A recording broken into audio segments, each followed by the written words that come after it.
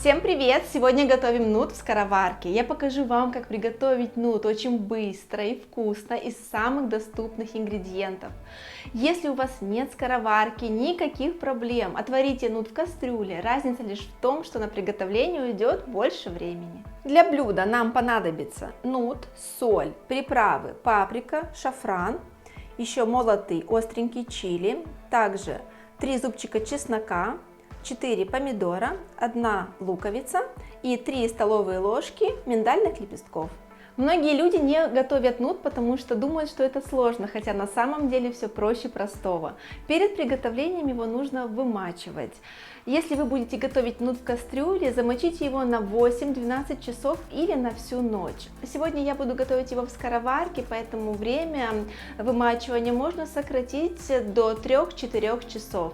То есть, если я хочу, например, приготовить нут к обеду, ставлю его вымачиваться с утра, заливаю водой. К обеду он уже достаточно хорошо набухает, просто сливаю воду и приступаю к готовке. К сожалению, у меня не осталось сухого нута, чтобы вам показать в этом видео, но после замачивания нут увеличивается в размерах примерно вдвое. Отправляю его в скороварку и заливаю водой так, чтобы она его покрывала. Я всегда его подсаливаю. На 300 грамм нута добавляю пол столовой ложки соли. В скороварке нут будет готовиться 18 минут с момента закипания. В скороварке нут готовится достаточно быстро. Если вы будете варить его в кастрюле, увеличьте время приготовления на 30-40 минут, то есть варите его около часа или немного дольше. Главное, не превращайте его в пюре, не переваривайте, потому что сегодня мы не готовим пасту из нута, не готовим хумус, и для нас крайне важно сохранить целостность нутовых зернышек. 18 минут вполне достаточно, чтобы нут сварился, при этом он не переварился, остался целеньким.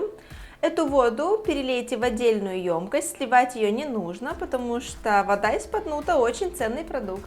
Вода из-под нута или из-под бобовых, или та жидкость, которая остается после варки гороха, которую мы часто сливаем, называется аквафаба. Она интересна тем, что обладает способностью имитировать функциональные свойства яичного белка. На простом языке это означает то, что эта вода содержит большое количество белков, ее можно взбить в густую пену и использовать вместо яичных белков, например, для приготовления выпечки.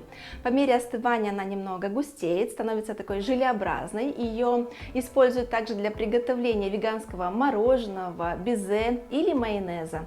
Сегодня мы будем использовать воду из-под нута для нашего блюда, и она войдет в состав соуса. Для соуса нам вполне хватит 1 стакана аквафабы. Чтобы остановить процесс варки и помочь зернам нута сохранить свою форму, я ненадолго погружаю их в ледяную воду со льдом. Помимо воды из-под нута для соуса я буду использовать свежие спелые помидоры. Перебиваю их погружным блендером до состояния кашицы или, так скажем, томатного сока. Чтобы сэкономить время, я не очищала помидоры от кожицы, но несмотря на это, смотрите, все прекрасно смешалось до однородности. Получилась очень ароматная томатная масса. Если у вас нет погружного блендера и вы хотите вообще ускорить время приготовления, вместо помидор можете спокойно использовать томатный сок. Просто я очень люблю свежие, особенно летние помидоры, и предпочитаю использовать их, и для меня не составляет ни малейшего труда пюрировать их с помощью блендера и превратить их в натуральный томатный сок. Когда нут уже готов и сварился в скороварке, далее все проще простого. Сначала обжариваю лучок, можно на растительном или на оливковом масле, кто как любит.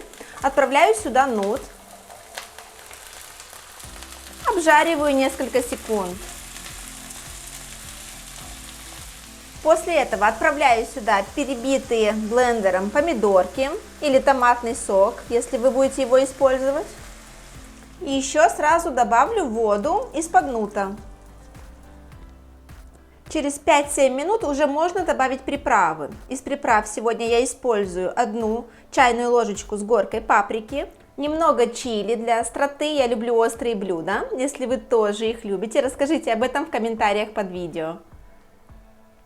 пару щепоток шафрана. Благодаря шафрану вкус блюда становится богаче. Для вкуса и аромата можно еще добавить раздавленный или сушеный чеснок.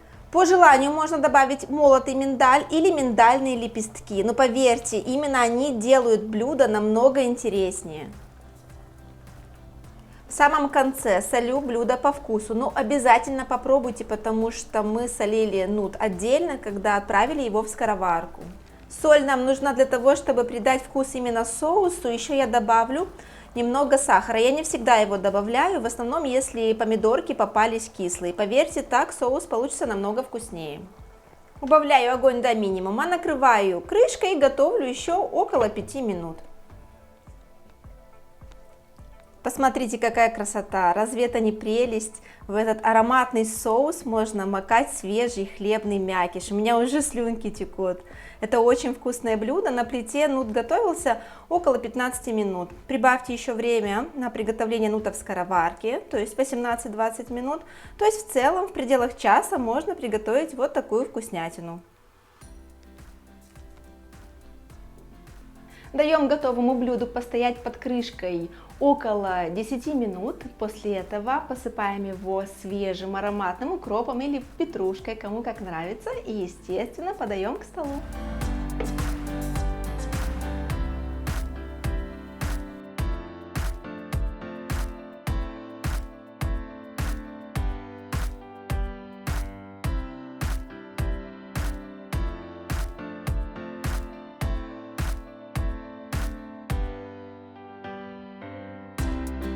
Желаю всем приятного аппетита. Обязательно напишите в комментариях, если вам понравилось это блюдо, и если вы хотите видеть другие блюда из нута на нашем канале.